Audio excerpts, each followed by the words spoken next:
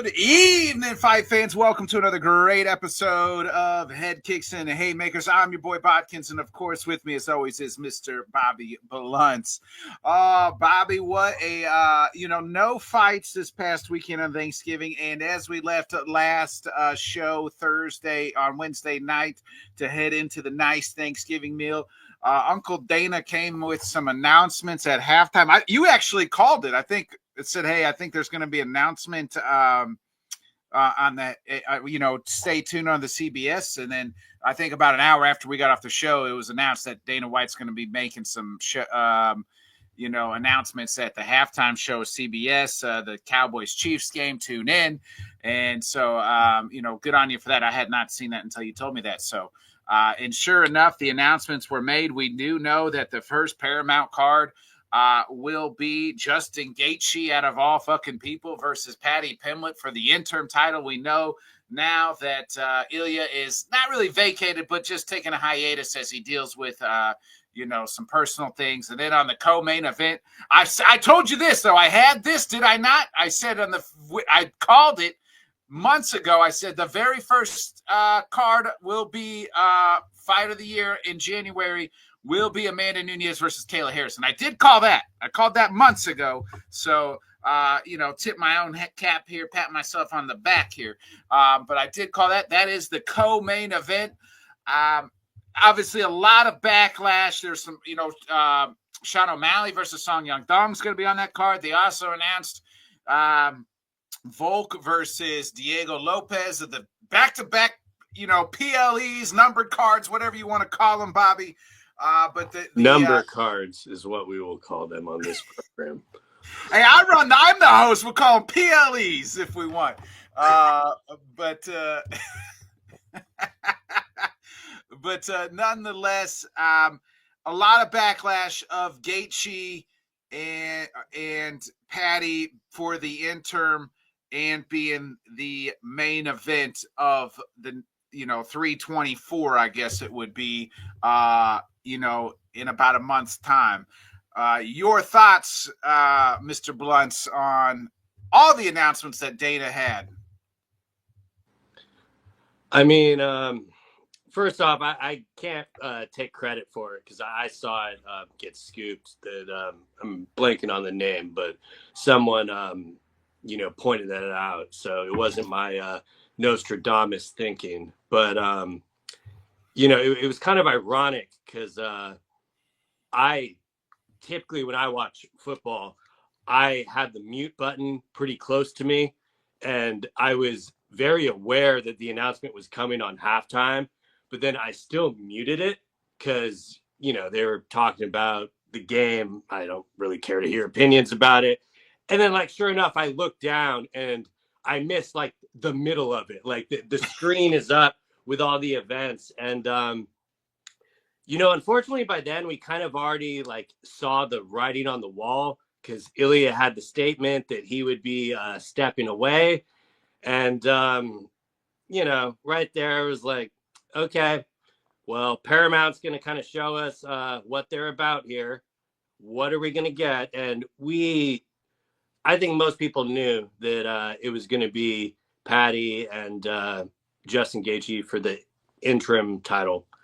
I was kind of holding out my delusional hope that it would just be Paddy versus Justin, because I think it's a pretty good fight.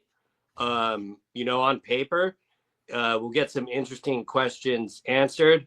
But to me, when they announced that it was for the interim title, it was just very eye-rolling. Not so much that Arman Sarukian isn't involved in it. That was kind of just the gray area in it. But it just kind of gave me that feeling, and especially with the Volk announcement back-to-back with him fighting Diego in a repeat, it just reminded me of okay, this is the direction they want to go in. They're trying, and it's hard to really get mad at them for it because it makes sense what they're trying to do, pull in the most subscribers and stuff.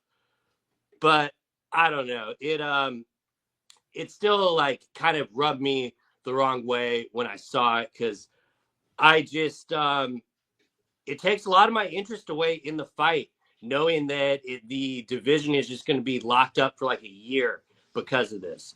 And I think it's kind of telling to know that if Ilya was ready, we'd be getting Ilya versus Patty. I mean, I think that's the main thing to write home, that though Armin had that great performance, he was really never in consideration. And I guess it just kind of is what it is at this point. Like, the card itself on paper built very well, but you know, my question would be like, them putting Kayla and Amanda as the co-main, do they really think having Patty and Justin as the main event, if that fight, the co-main event, is going to turn people off with the grappling and stuff, they really think they're going to stick through the full 25 minutes and wait for the main event? I think they would just turn it off.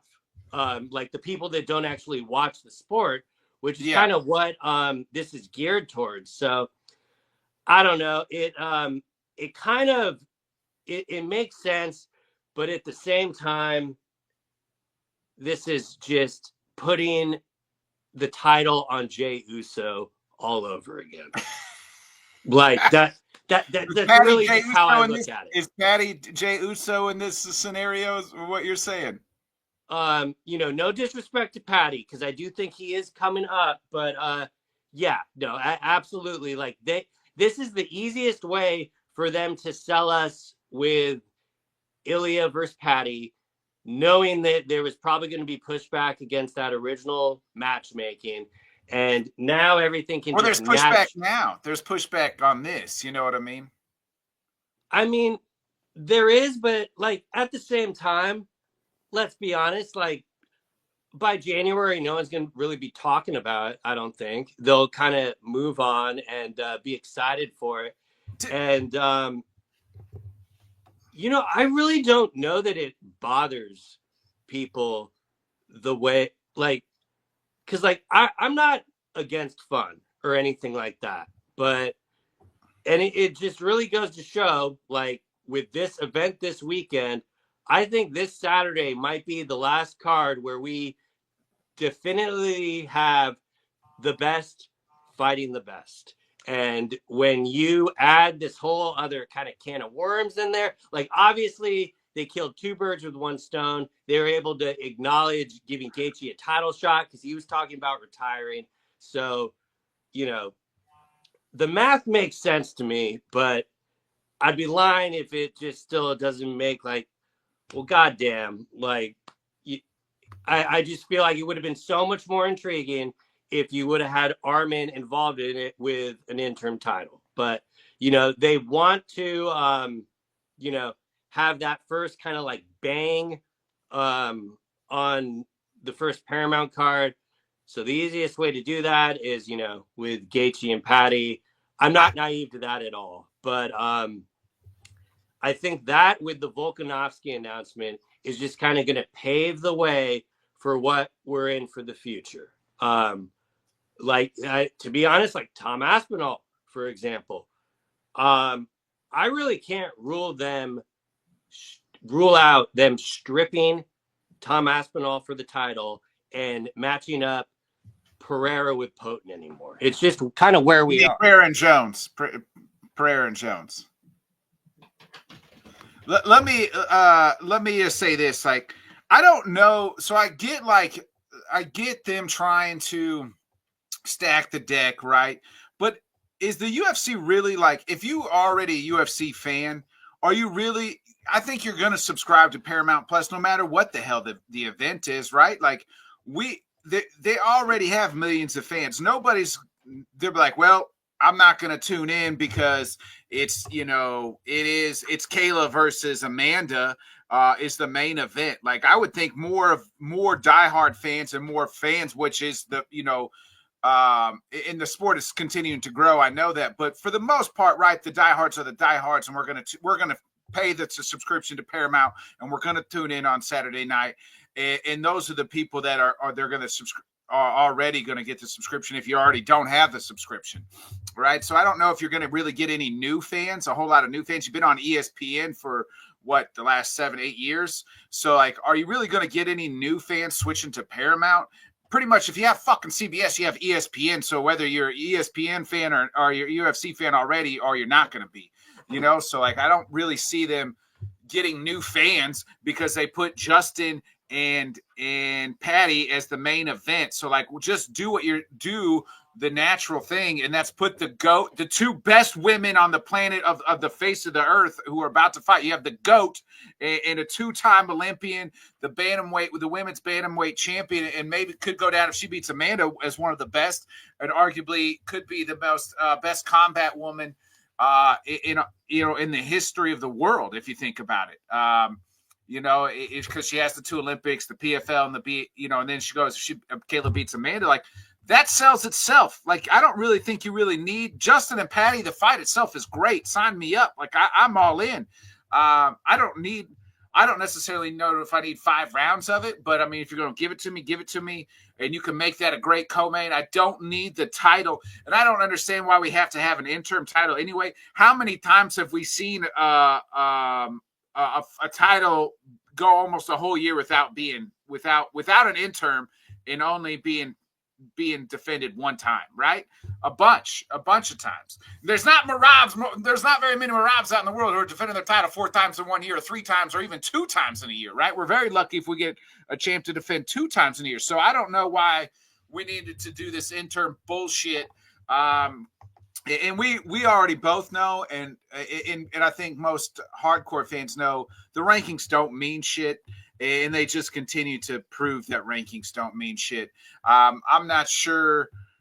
And maybe they had to do this because I've read that Paramount wanted, they were unhappy with the heavy grappling. Well, what did you think, Paramount people, like the suits at Paramount?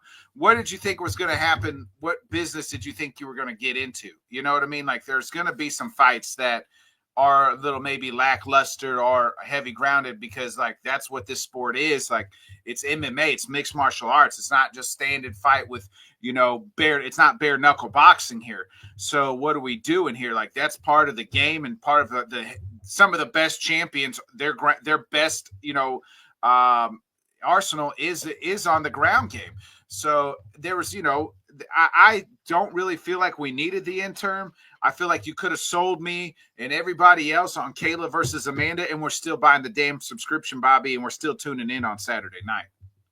Yeah, I think the real difference is with them being able to pull in the new subscribers on Paramount is they are casting away a much wider net than they ever had. With, like, as far as I'm concerned, what we saw on Thursday for the halftime show is already more than ESPN had ever done for the year. Yeah, so Rob here does have a question on this change from ESPN to Paramount. Everyone talks about the waves of fans in the sport. Is one of those major shifts about to happen come 2026? Is the UFC going to lose a bunch of casual fans? I actually think they could gain some, Rob, because they no longer have to pay $70 every month to tune in. So, like, that to me is the plus, right? Like, there's no paywall, so the casual fans can stick around on a Saturday and watch it. And not only that, it got decreased an hour, back an hour, right? So, like, for us in the Central and East Coast time zones, we're not having to stay up till 1, 2 in the morning to watch the damn fights, and we'll be able to stay wide awake for the whole card. Yeah, and again, like, them making that announcement on CBS, like, it came out that was the most watched football game ever. Yeah. And so, like, you're getting so many different eyeballs, and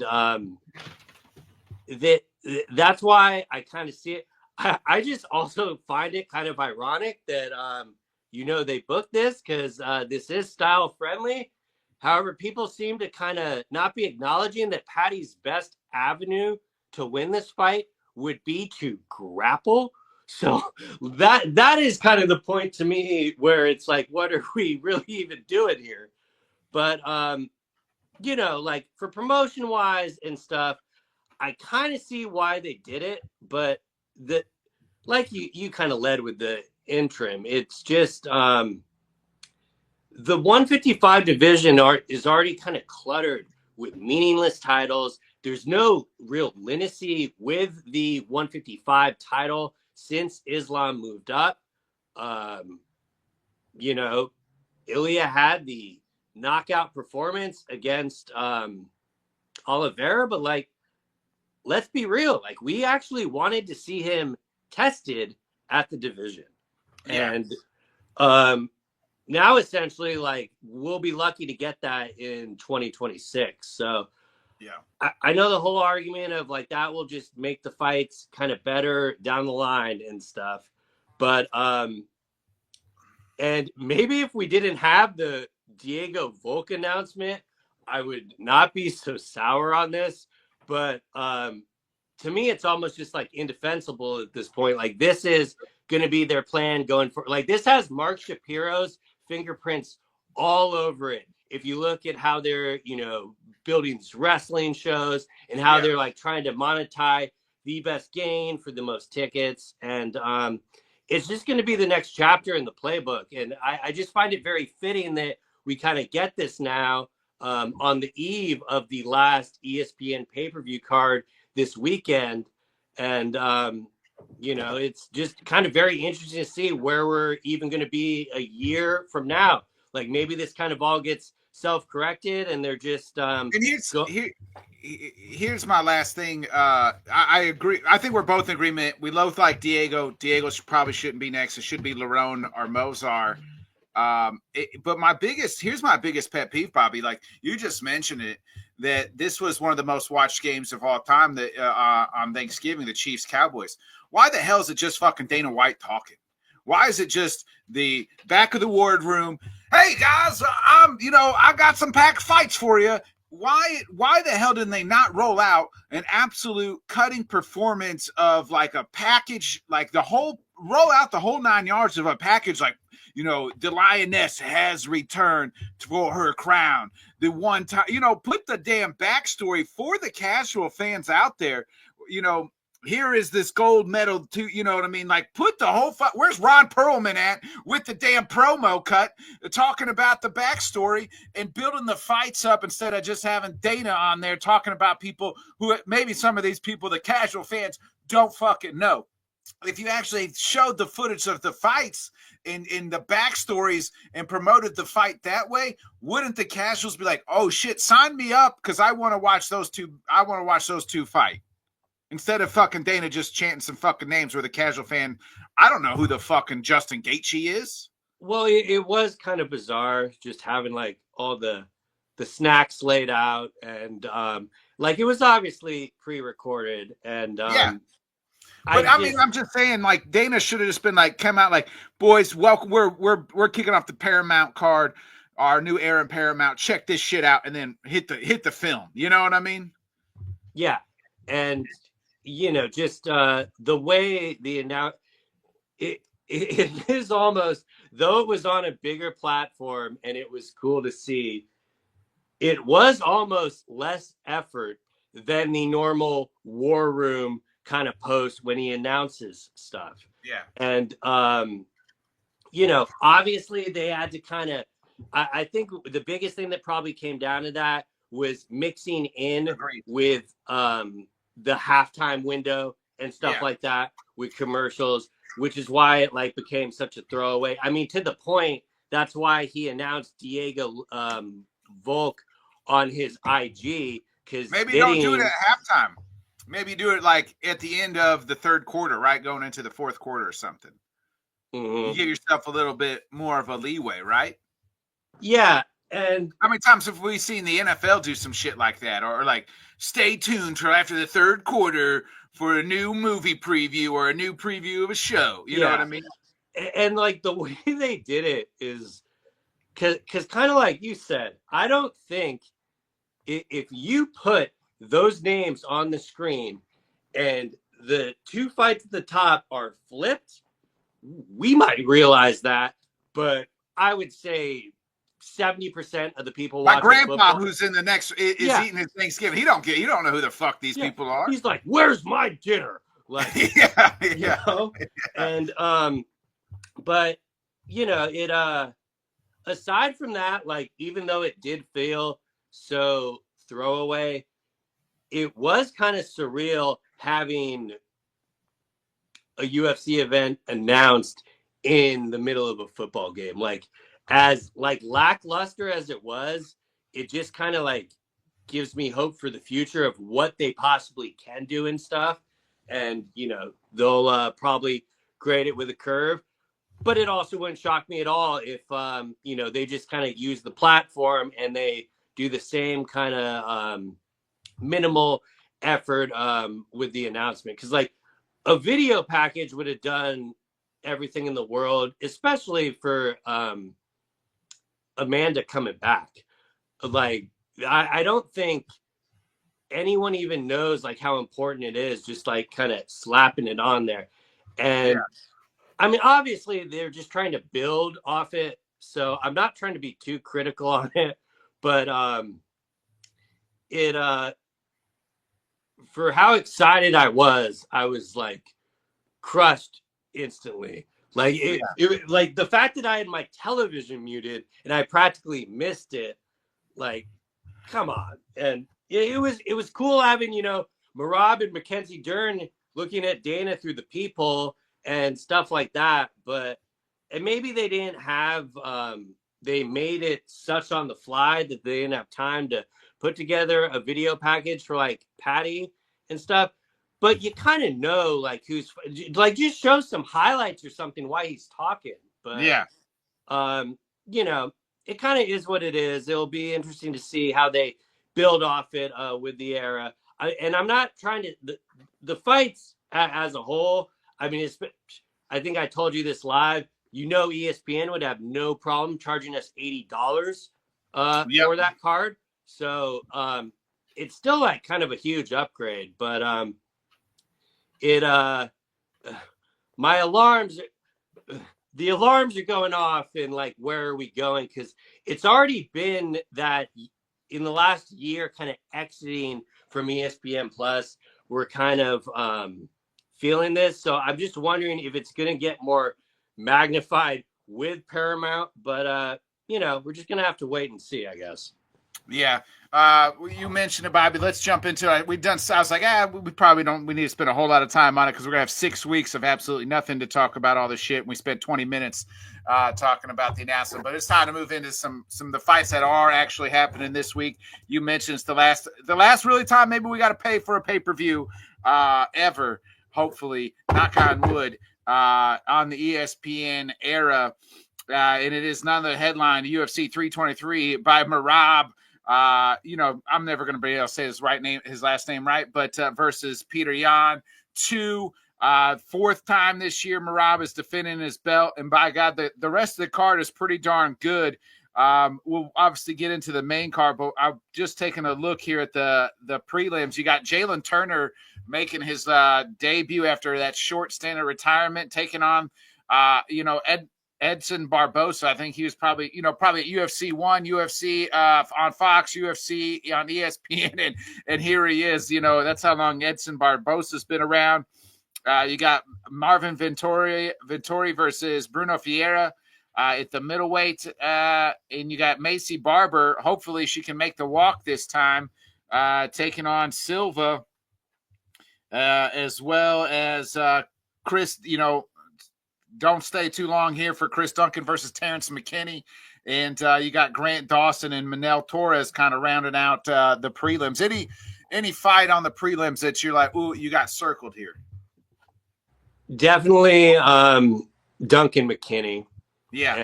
And I don't think there's much needed explanation for that one.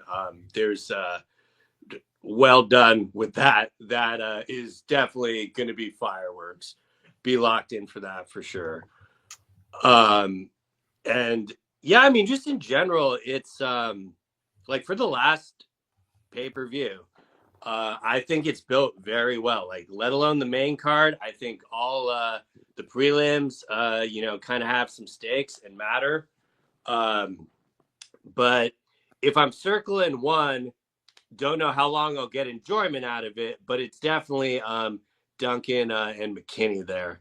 I'd be very interested to see what the over under in that is. I just looked it up. It's 1.5. Yeah, I think that the over is plus money at 130. The under is minus 155. Oh wait, no, I'll take that back. The over is plus 260. So yeah, I was gonna say you should bet that right now because the over is that should 260. be one The of the under most is minus inflated one. props on the card by Yeah. far. Yeah, the under is minus 360, 1.5 rounds. So, yeah, I'm right there with you. I love the under, but at minus 360, the odds aren't great there. Yeah, and Grant Dawson is also a very interesting fight to have on there. You got that Santos kid from Tough. I think he's opening the prelims there. So I'm still kind of interested to see what the UFC's got with him too.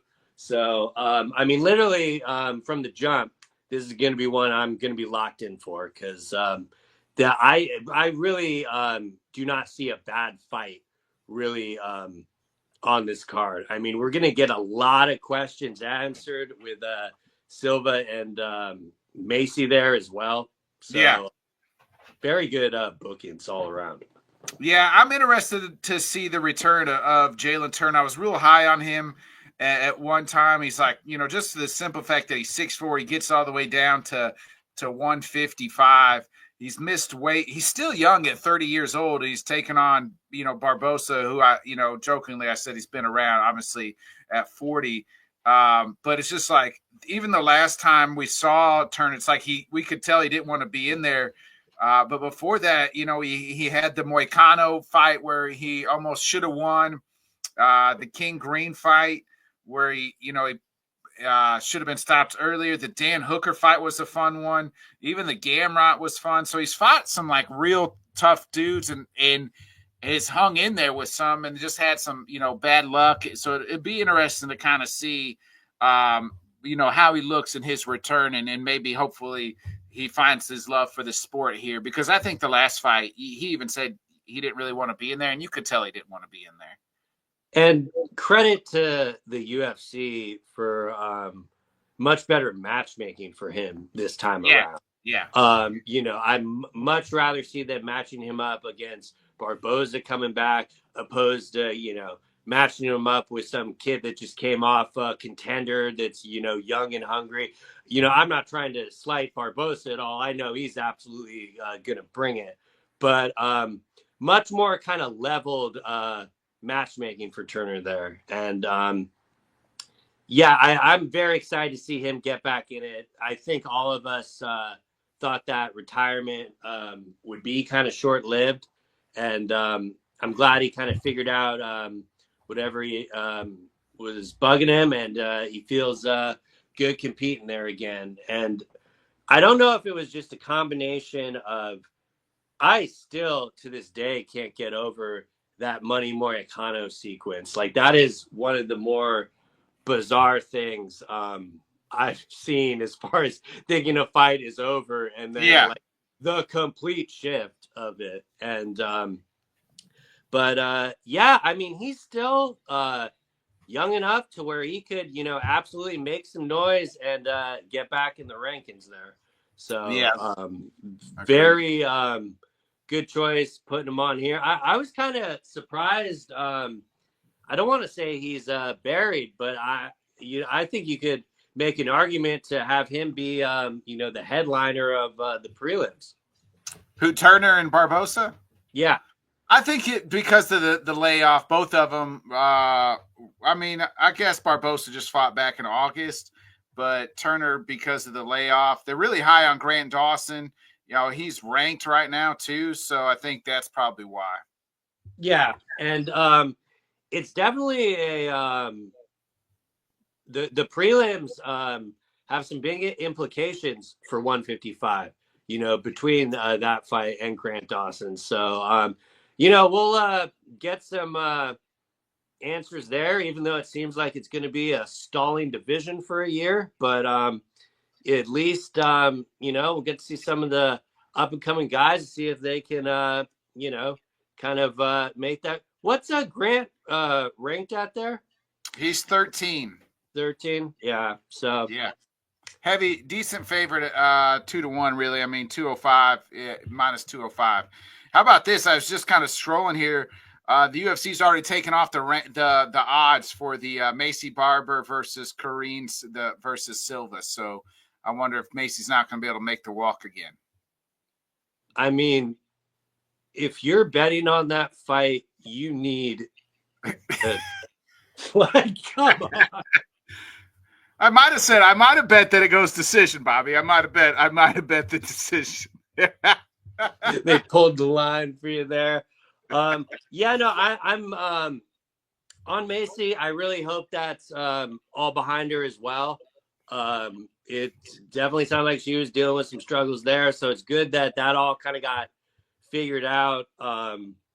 And let's just be real. It was on a apex, a pretty forgivable thing. Yes. Your health is the most important thing when you're about to get into the cage and try to beat someone up. So but yeah, they're absolutely doing her no favors with this matchup, but I don't think she'll be in over her head either. So it's pretty intriguing women's fight, in my opinion.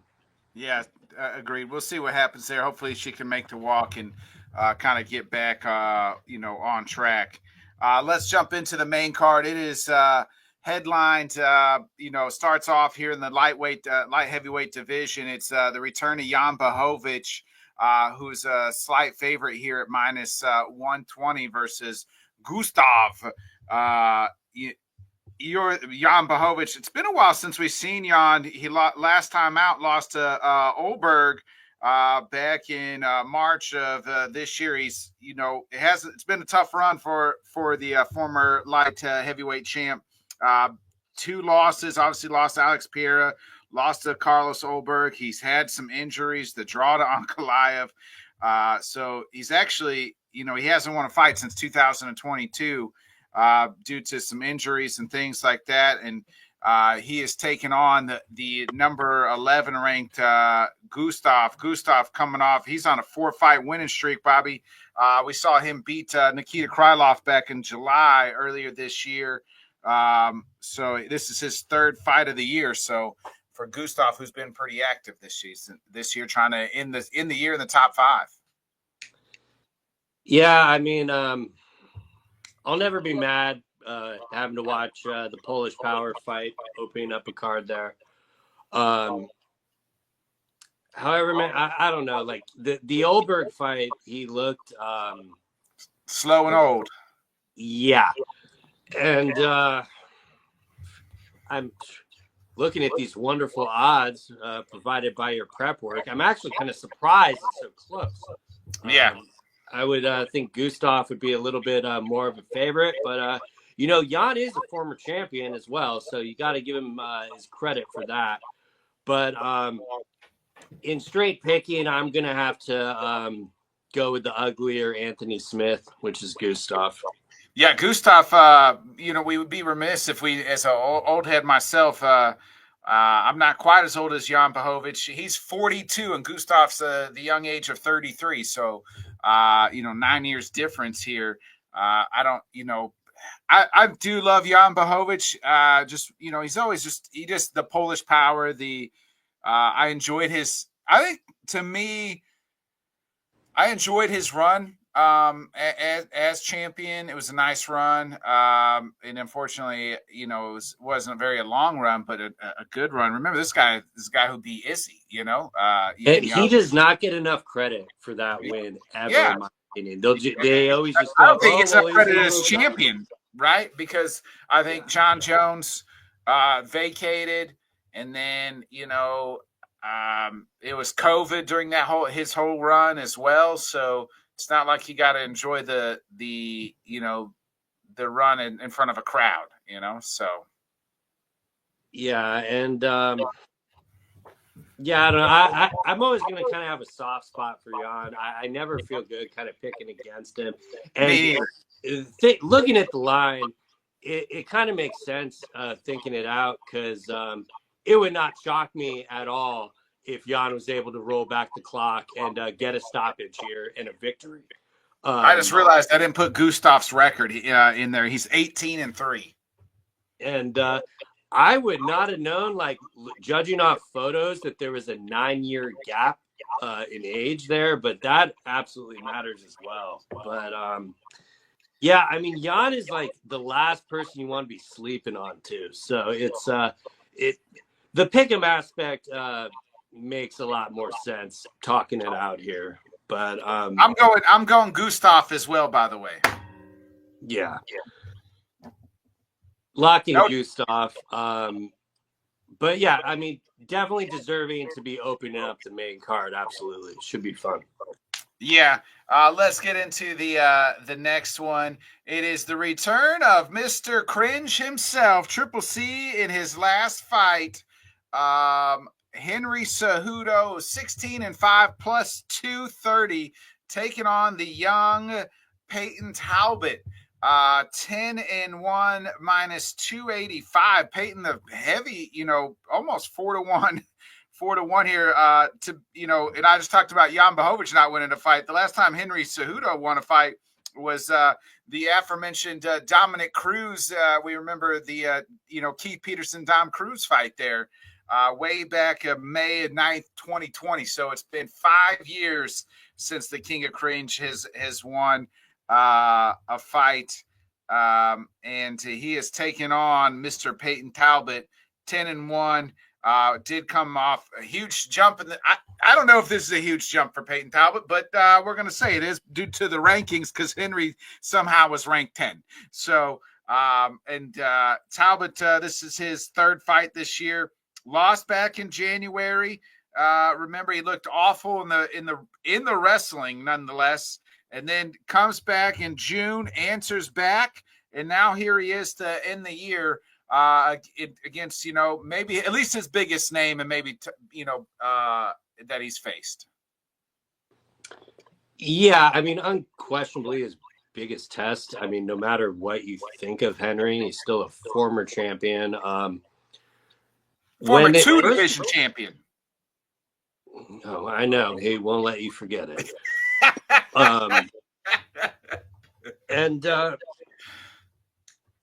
When this first got announced, I was actually a little surprised by it, because a lot of the times when the UFC knows that it's going to be your last fight, they go with a lot least favorable matchmaking. They want to. They usually give you a guy that's going to knock you out and put you down. Yes, Frankie Edgar and. Everybody else, people like that. Yeah, they want to send the old guy out the back and, build off the new guy's name. And I absolutely see a little bit of that in the matchmaking. But at the same time, I don't know if it's a credit to Ali or what, but this is probably the most winnable fight they could have given Henry when you look at kind of where the division is and stuff. But that being said, it is going to be no walk in the park. And there's quite a size difference. I think 6 inches in height, if I'm not mistaken. Yeah. Henry is 5'4". Mr. Talbot is 5'10". Also, 11 years age difference. So Henry's 38 and Talbot's 27. And though I had Song winning the fight with him, Henry did have his moments in that fight.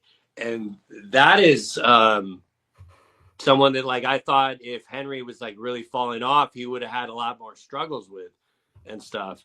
So, I mean, this is a very good fight. I mean, you throw out the personalities and everything aside. And I think Henry is kind of poised to go out on his own terms with this, whether it's just looking good in the fight or gain a victory. Like, this would be a very good final victory to kind of be riding off in the sunset and laying the gloves down, in my opinion. Yeah, very few people do that, or like, very people are Robbie Lawler, right? Like, we know Robbie was able to get a knockout in his last fight. It usually doesn't work like this. For that, Henry, if you really think about it, I don't really know. Like, I'm looking at like the last time maybe Henry fought somebody that was maybe on the level of Peyton Talbot, right? Like, just like an unranked person. Like, I mean, if you really look at since he had the mini retirement, right? We know, and then he come back after about 3 years off. I mean, he fought Aljo for the title. He fought Merab. He fought, who's the current champion, Song Yadong's right there. And then before that, he had Cruz, Morales, Dillashaw, Dimitri, Sergio Pettis, maybe. I don't even know if that qualifies, right? Like, you'd have to go way back to like March in 2015 on like when he's like trying to build himself up to like really find him somebody that's maybe a current level of Peyton Talbot. And that's not me knocking on Peyton Talbot. I just think like, where they are at in the rankings and things like that. So I'm still a little nervous, right, from the January fight where Peyton looked so awful in the ground game, had no answer. Did answer a lot of that in the last fight, though. Yeah, and I think a lot of it is just also a testament to Henry's career, because I mean, those names you read off, he's literally fought the who's who of the best in two different eras. Yeah, and so I mean, he's kind of going to always have those accomplishments. I will maintain, and this obviously is a pretty cold take nowadays, but it's always going to kind of be a what if with me with Cejudo, even though he had this storied career, because him retiring in the middle of his prime just really did him no favors, like, let alone with the brass, but just if he was getting some stuff in there, I really think we kind of missed out on some of the best that we really could have gotten out of Cejudo. But at the same time, at least he's kind of still able to go out on his terms a little bit more naturally here. Would be very curious to see if there's a video package or if he even gets any mic time. That's a good question. Do they still hate him? I mean, Dana still hates him. So. And Dana's kind of told him. Dana's the one that's kind of said, "Hey, you dog shit, pretty much. It's time to retire." Well, Dana did have him. They were on the pod or whatever, showing the suit collection. It's like a little of it is, been restored, but we just know they don't forget stuff. And I mean, it's actually kind of sad because now that Henry is leaving, he's actually saying some of the most sanest shit of his career. Like when they asked him with the eye pokes and stuff, it was like, oh, good. Like now you want to leave us when you're actually starting to make sense. But hey, I guess that just goes to him. His whole king of cringe thing. You're gonna miss him when he's gone. But probably not. Yeah, well, hint of sarcasm, but I do kind of really wonder, like in 5 years or something, looking back, like how he is really going to be remembered, knowing that, and this is probably more a kind of post-fight talk with it, but I'm just kind of more interested to see how he's really remembered, because he has fought a lot of the greats and stuff, and his legacy on paper is really nothing to sneeze at, but none of that really has anything to do with this fight, and maybe like for Peyton's aspect, he can kind of take some of that shine. I saw him joking, saying that Henry wanted to pass the king of cringe off to him and stuff. So I kind of already love the father-son aspect of the matchup going into it. And, Peyton is very big for the weight class. So I do think he will be able to kind of deter some of Cejudo. But at the same time, like his trips and stuff are like some of the best in the game. And that's kind of the most intriguing thing to me is can Peyton stump all of that? And, if he is, I think he'd be kind of on route and being able to get a decision victory. But Henry showed, in the Song fight and other previous fights, I mean, just like Usman, that he still has his bag of tricks that he can implement, and whether he's a little slower in the tooth or not, he can still implement those. So, I find the odds a little bit wide there. Me too. That part is a little bit telling. I don't know if that's more just Henry's inactivity since coming back from retirement and stuff or what. But I would have that a little bit closer. But that being said, I do think Peyton will be able to show enough to really get a decision off. But I do think it is going to be a close fight. I don't think it's going to be one-way traffic either way. All right, so who are you picking? Peyton. You're picking Peyton. Okay. I'm just trying to see something here. Okay, never mind. So it's just weird. On the app, it's different. And then on the UFC of the Moreno fight was different. So, oh, shit. I almost want to pick Henry because I really think Henry. Fuck it, I'm picking Henry Cejudo. Henry wins. You know what? And fuck it. Henry's getting the damn dog mask, baby. I wasn't going to do it for Henry, but you know what? Henry Cejudo is a little Chihuahua pit bull, so why not at plus 230? Why can't Henry Cejudo be the dog on the card, baby? Give me the little guy, Henry Cejudo, one last time. That was the most cleanest transition to the dog of the night I have ever seen. Well done. I didn't even see it coming. Normally I can call it out. I was I was just, the reason I double checked. So on DraftKings, the sports book, it is Moreno at plus 100 here or 102. But when I looked it up on the UFC website, they had it minus 102. So I don't know. But DraftKings still got Moreno here at plus 110. So, and that was originally going to be my dog. But,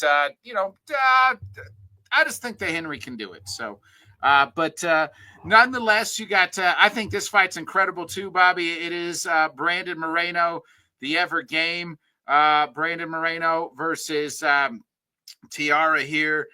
Both these guys highly ranked in the flyweight, sorry.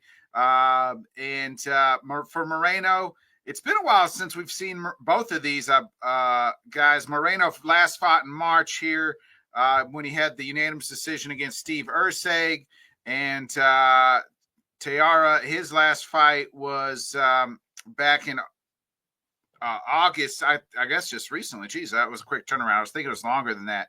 But before that, he had the Royval loss back in October last year, but did win against Park in August of this year. So your thoughts here on number 2 versus number 5? Both these guys trying to jockey maybe to be next, in this division. Yeah, I mean, I really love that we're showcasing the flyweights on the main event. Well done with that. And yeah, this might as well just be a straight pick 'em. I think that's why you're going to see it fluctuating. It's probably going to go back and forth up until when they're in the cage. When was Moreno's last 3-round fight? Do you have that by chance? Yeah. So it was 5-round. His last, well, that was never mind. Hold on. It's been a minute, right? Hold on. TK to 5-3. Yeah, way back when he fought Brandon Royval, November 21st, 2020. And that That was a Remember, loss, right? he beat. Remember, he beat Royval, and then they had a 2 weeks later turned around and fought Davison Figueiredo for the title, and that went to a draw. Mm-hmm. Remember, because he beat Royval in the first round. Mm-hmm. And then they that was December, or was that November? Sorry, that was November 21st, UFC 255, and then they ran it back. Something I can't remember because of COVID or whatever. They ran it back, Figgy versus Moreno back in 256. So Figgy was actually headlined 2 back-to-back pay-per-views. Mm-hmm. Yeah, I don't know. I think where I'm like leaning on this is mainly just because it's a 3-round fight. We know Mr. I'm So Happy is going to want to implement and kind of get close to him and take him down. Moreno has seen that plenty before, so I don't think that's really going to be my like determining factor in picking him. But it's if this was a 5-round fight, like on a main event for an Apex or something, I would probably be very confident that Moreno gets it done. But with the 3-round aspect is why I'm just so up in the air with it. I didn't think about that. I forgot it was a 3-round fight. Yeah. And, you know, I mean, Moreno has been around so long. Like, he's no stranger to, like, fighting in a 3-round fight. I don't think it's going to really affect him or throw him off at all. But probably one of my favorite fighters is Brandon Moreno. And dude just brings it. Yeah, and he's got an extremely likable personality, and yeah, I mean he's dude, yeah. If you think about it, how many wars this guy been in though? Like you have the trilogy with Figgy, right? Like all those were fantastic. The Pantoja's fights, you know what I mean? Like that fight was fantastic. Like the guy has been in some absolute wars. Yeah, wars. Which is why I feel like a moron picking against him. I mean, this is you're going Tara. That's kind of where I'm leaning. This is the one I am least confident in choosing, just because I know how game Moreno is and how like literally this is a pick'em. But with the 3-round aspect of it, I think I am going to have to lean Tara. But Moreno, I could understand why this originally was your dog on the night, because there's absolutely no way you can count him out. Yeah. And I mean, this is just a very high quality flyweight fight that we get to enjoy. So I can't wait for it. I love watching Brandon Moreno fight. Like I say, he's probably one of my favorite flyweights. I love Brandon Royval too. Really, some of the flyweights, just like the top 5 flyweights, they fight each other all the time, and they're all so fucking good. I'm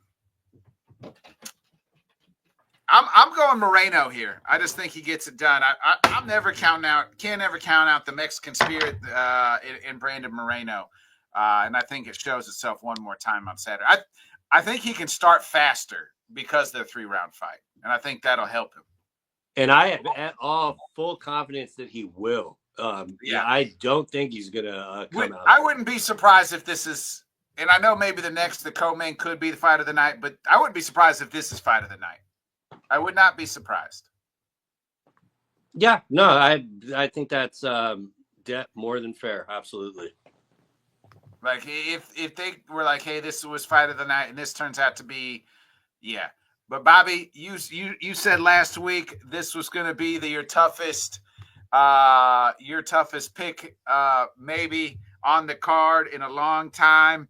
A fight that you've been looking forward to, and it is none other than the flyweight champion returns in Pantoja. Remember, they both fought at International Fight Week. Pantoja won.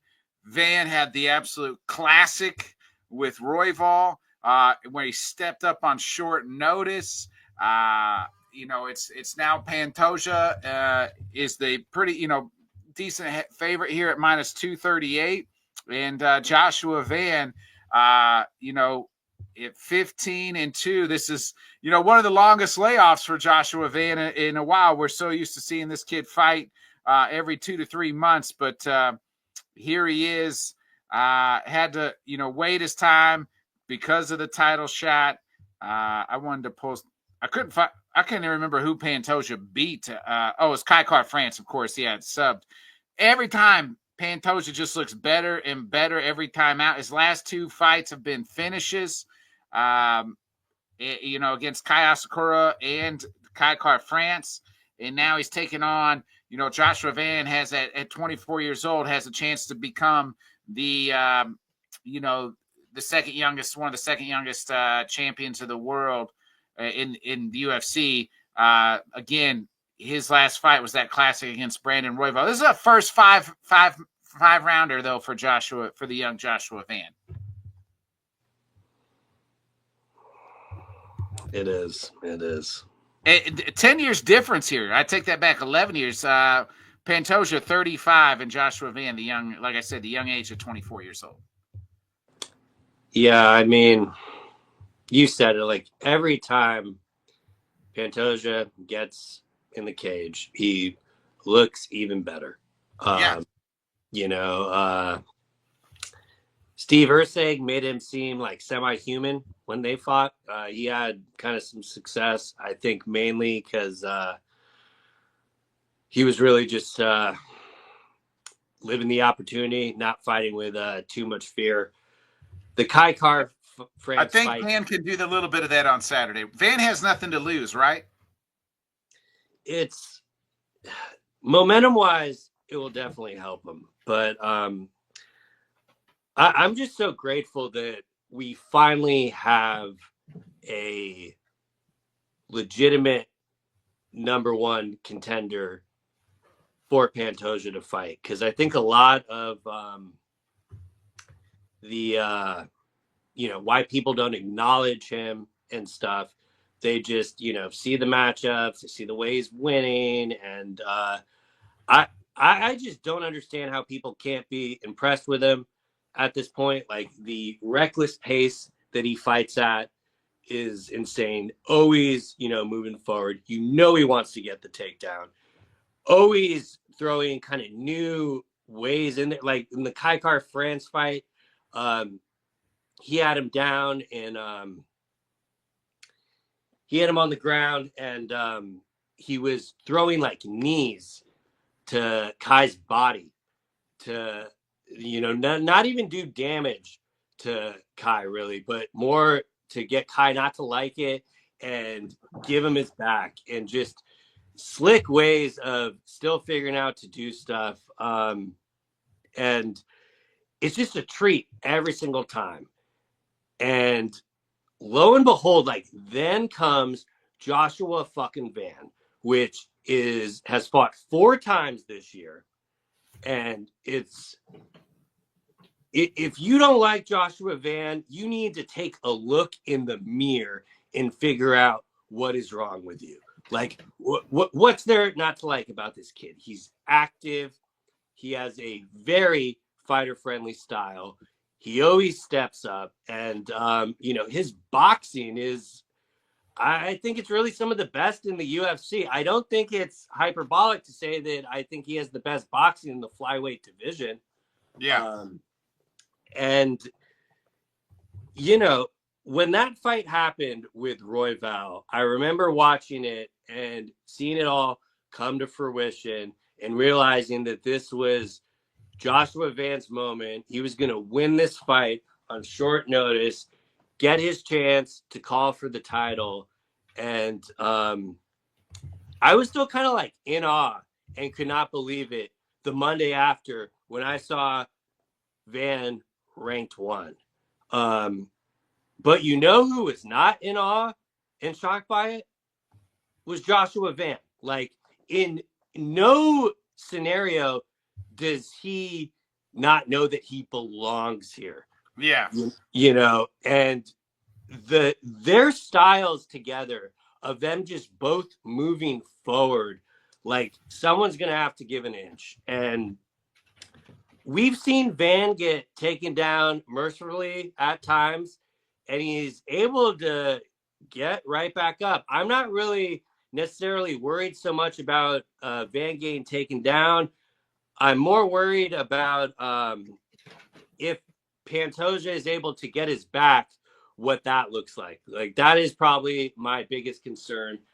But at the same time, when you look at, like, when Urseg was having success in that fight, it's because he was capitalizing on Pantoja blitzing with the takedowns, and Urseg was lighting him up with some elbows. We have seen those same elbows in Josh Van's repertoire. So, like, to me, like you said, the odds were kind of wide. I think Van barely being a 2-1 favorite kind of shows the respect that he's deserved. Like any other opponent, Pantoja would probably be like minus 350 to 400 or something. I don't know if he would, not if he's facing Royval or even Moreno, I don't think. You don't? No.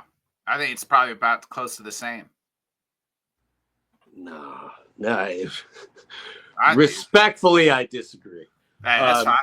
Just because, and I don't know if it's because, like, we've already seen those fights, so it's why it's so easy for me to kind of dismiss that the odds would be a little wider. But, you know, at the same time, it would, like, what was he, what were the odds in those fights? Was it like this? Let me look. When did he fight? So when he fought, he just fought Royval in December 23, and let me Google it here. And then he fought. You remember he beat Moreno in July that same year. The guy's been champion for 2+ years here, man. That's wild. Yeah, I mean, it's why he is, you know, and like, how rare is it also to have two of the top 3 pound for pound fighters fighting back to back? Like, you know, you're getting the best versus best here. Like, relish in this treat, because we don't know how much more of this we're going to be getting in the future. And didn't mean to bury the lead there, but yeah, Ilya is my number 4 in pound for pound. Cry with the wall. Like, I'm the one who put him up there in the first place, so don't even want to hear it. But I'm getting thrown off here. Back to the fight. I think Joshua Van has everything he needs to actually be able to get this done. And I'm not just saying that because I'm fanboying for him, because I'm like a big fan of his. Because, like, what do you tell me all the time, Botkins? You say that I'm Pantoja's, you know, he's my favorite fighter. And that is the one time where I will not claim slander. Like, when you try to, like, troll and make the joke about that with Kaio, which we know is just a blasphemous statement. So really, I would actually allow that here. Like, he is definitely one of my favorites. So when going back to it, when they fought back in 2023, the at UFC 296, the odds were almost the same. Pantoja was minus 225. Royval was about plus 170, 180 to 187 in some sports books. Damn. So yeah, if anything, they're giving him a little bit less success. Maybe that is just the odds makers in Vegas still not being fully sold on Pantoja, which I just do not. I mean, you said it. He's been champion for 2 years. Yeah, and he's been. I mean, he at least fights twice a year for the most part. He usually fights in July, and then he's kind of owning these December cards here. Yeah, I mean, if they had more contenders for him, I assure you, he would probably be fighting 3 times a year. And he loves fighting in Vegas. It's almost like a second home to him with how many times he's been there. And it, I mean,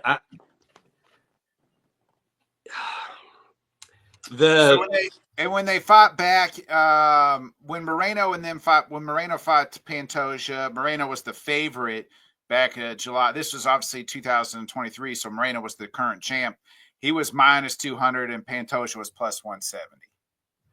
So yeah, I guess that was probably a pointless exercise for me to have you look up a previous line of a fighter that people had no idea was that good. So yeah, that was a complete waste of time. Apologies for that, but no, it's all good. I will maintain, like, I feel Joshua Van just being a plus 195 is really giving him a lot of respect in this fight. And I know a lot of people think the second that Pantoja is able to take him down, he's just going to be able to kind of impose his will on a top position and then kind of find a submission.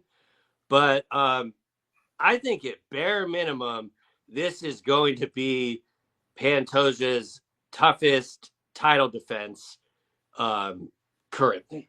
And possibly, yeah, I agree with that. I mean, right now, I think you would have to kind of give that to Urseg. I mean, I might be a little biased in saying that, but I never thought there would be a scenario where I would actually pick against Pantoja. I was always on record saying, until someone beats him, I'm just going to have to keep riding with him. And I think that is probably accurate. It probably has a very decent chance of coming to fruition. But who are you picking here? There's just something I can't shake with it.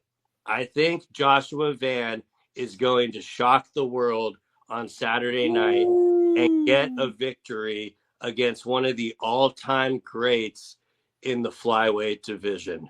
And whether that happens or not, I am just going to enjoy that fight the second it starts. And I'll leave kind of my pick to the side and just enjoy the action. And yeah, it's I feel awful picking against Pantoja. Your favorite fighter, Bobby. Your favorite fighter. Indeed, but he's no longer. No, he still is. But Joshua Van, fearless, is I'm a little worried, and maybe he's playing coy, right? Van's like, I don't really have a game plan, so I was a little worried about. But obviously, you're not going to reveal your game plan either to Ariel Helwani in the interview. I mean, thank you. Like, to play devil's advocate, if he had a game plan, would he be saying it to Ariel, who's just going to aggregate? Absolutely not. Exactly. Agreed. I think he has to have some sort of game plan going into this fight against one of the best. And maybe it's because I'm naive, but that gave me more confidence. It gave me more confidence. It gave me a little less confidence, but I mean. The reason it gave me more confidence is I think a lot of, like, the Kai fight especially, Kai looked that overwhelmed, I think, because he had a game plan. And it was not going right. No. So I don't know if he had a game plan. Everybody, but again, Bobby, Mike Tyson once said everybody got a plan until they get punched in the mouth. So I believe Eugene Berryman had a game plan, whether or not Kai listened to it. And it,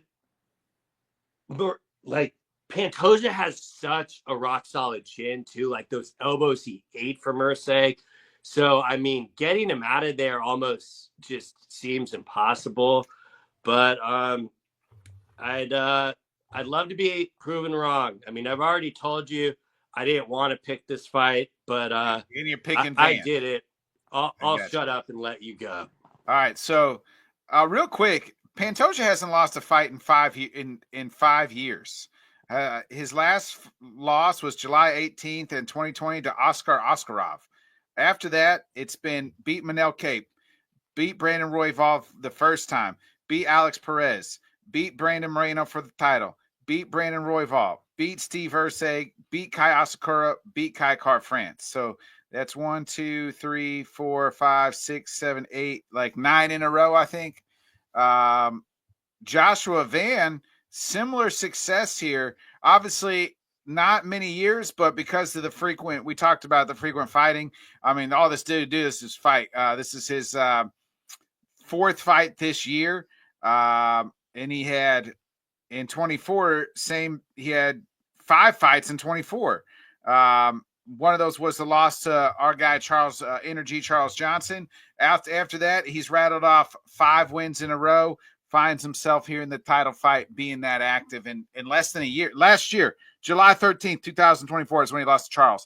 The man has won 5 since then, and we just got over the calendar, over the full 365 days since his last loss.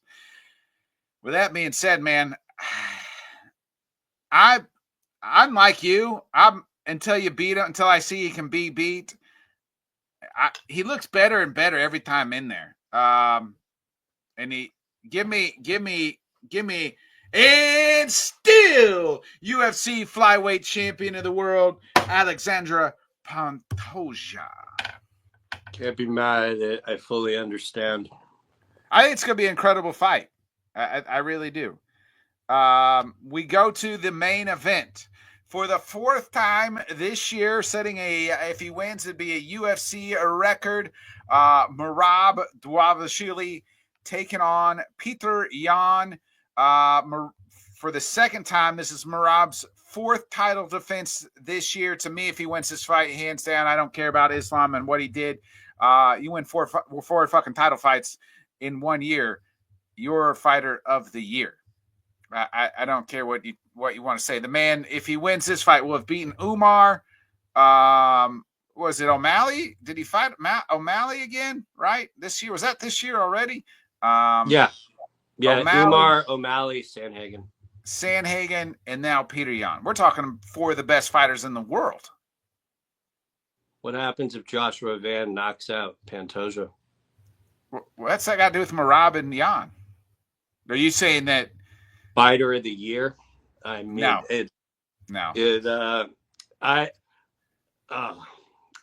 I'll bring that back later because I'm going to go way off track. Go. Yeah. Hey, talk to me if that happens. Then we're you know what I mean? Talk to me if that happens. The activity is unmatched. It is. But those aren't the guys that outside of, my only argument would be if Van does not, even if he wins and if he knocks out Pantoja, my only argument would be that those 4 guys that Merab beat are top of the class in title fights. Van's top 2 doesn't compare to the 4 of Merab.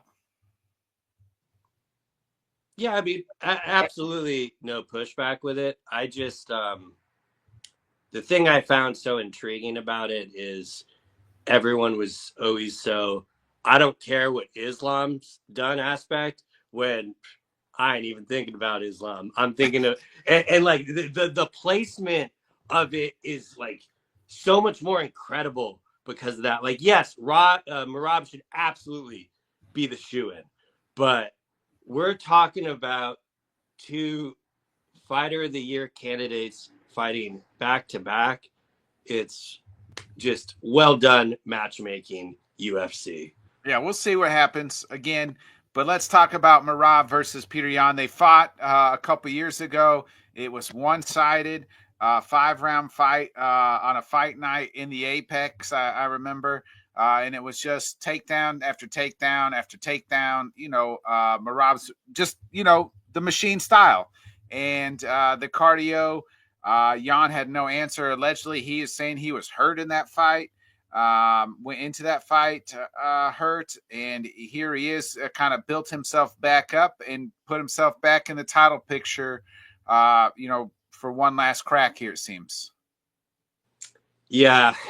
I mean, I know I told you after the Jan Goliath injury, I would take fighters saying they were injured going into fights a little bit more seriously. But I'm sorry, like Merab's probably been injured in every one of these 3 title defenses that he's done this year. Well, yeah, especially the Umar fight, right? Didn't he have like staph in his leg and had like a hole in his leg and shit? He had to like lie to medicals and all types of crazy ass shit. Yeah, Right, I mean right. that might be a shoo-in for fighter of the year right there. I think that might actually be the best argument is he lied about. Yeah, that's and I mean you talk about Pantoja getting better every time he steps in the cage. That's exactly what I'm seeing from Merab Dvalishvili. Ooh, wow, I almost did that. Yeah, way better than me. But it's you know it's not that I'm like giving Jan no shot in this. I do think he absolutely should have been next, especially for the time frame that Merab wanted to fight on.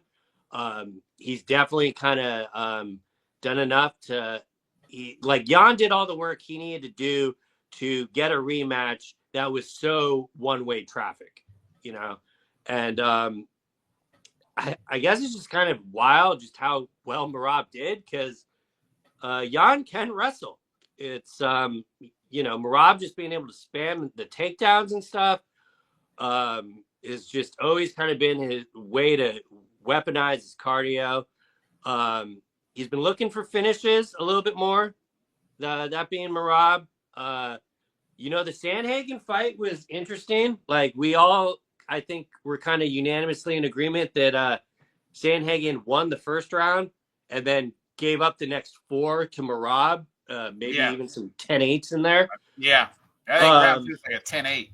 Like to play devil's advocate, I think Jan's best. Every time we've seen Merab like slow down or get hurt, seems to always be when he's taking like body shots and stuff, especially with how much he, kind of spams the takedown and stuff. So that would probably, be his best bet to try to inflict some damage early. But I almost think it's like unrealistic to apply that in trying to like weaponize the pace or something on Merab. To me, the biggest gray area in this, which is something because it's Merab, I'm quite clearly overlooking, but it's the activity. I mean, this is literally going to be his 4th cut this year. Yeah. How is that all going to weigh into this? And if it was any other fighter, I think that would probably be my deciding factor in being, I don't know, you might be biting off a little bit more than you can chew with this type of activity. But his nickname just says it all. The guy's a machine. Yeah. I expect him to, we saw Jan got his clean jacket today, so we know he's not on steroids. So I just, in this one, I think the odds are justified. Huge odds. That's 485. That's wild. It's it's wild, but at the same time, I can kind of see how they got there. Because I think the odds makers are kind of giving Merab the respect that Vegas seems a little reluctant to still give to Pantoja there. And but I can totally understand someone wanted to take a flyer on plus 370. That's a big juicy number. But where I'm at is I could see Jan winning some rounds here, but I just really don't see how he wins the actual fight. So I'm going to have to go instill on this one pretty convincingly. Yeah, I don't really know if I see a path to victory for Petr Yan. I mean, this is like, I just don't know. Like, I just don't see it. Like, there's just no, but to me, it's O'Malley, Merab too, or just where you don't really see the path to victory. Much like I didn't see the path to victory. I don't know if Petr will get finished like Sugar did, but I just feel like it. In Merab or Petr Jan's got great defense takedown, but we've seen it. I mean, we've seen whether he's hurt, we don't really know. We got to take his word for it, like he said.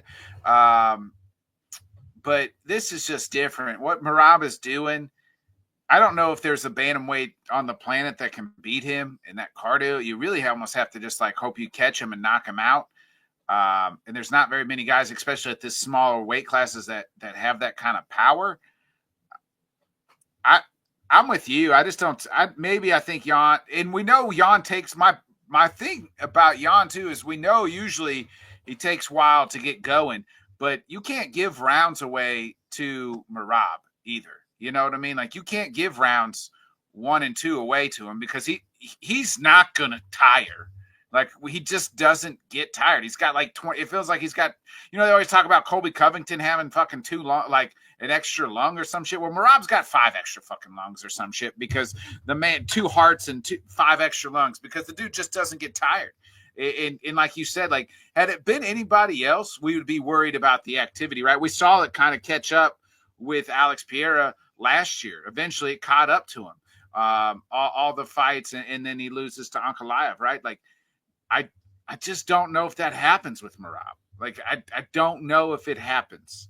So I think it's – go ahead. Jan, I mean, you guys said all day. I think Jan's best path to victory is obviously trying to end it early in the first 2. If we see the 3rd round, I really don't think there's a shot in hell. Yeah. Give me in still UFC bantamweight champion of the world, the Machine, baby. Yeah. Bobby, there's a lot more to get into, but like I said, after this, we have next week's card, and then we'll have 6 weeks of absolutely fucking nothing whatever news we've missed tonight to cover, 323. I'm sure we will back up and talk about God knows what the 6 weeks, up to the, from this card to the next one, to the, this next year into next year. So can't wait for it. There'll be plenty of nonsense and fuckery for us to talk about. I'm just going to put that out. Amen to that. You got any last and final words, Bobby? Nah, my only final words is I'm glad we got this one in the books. Now I can just focus on enjoying the co-main event. I mean, this is the people's main event in my mind.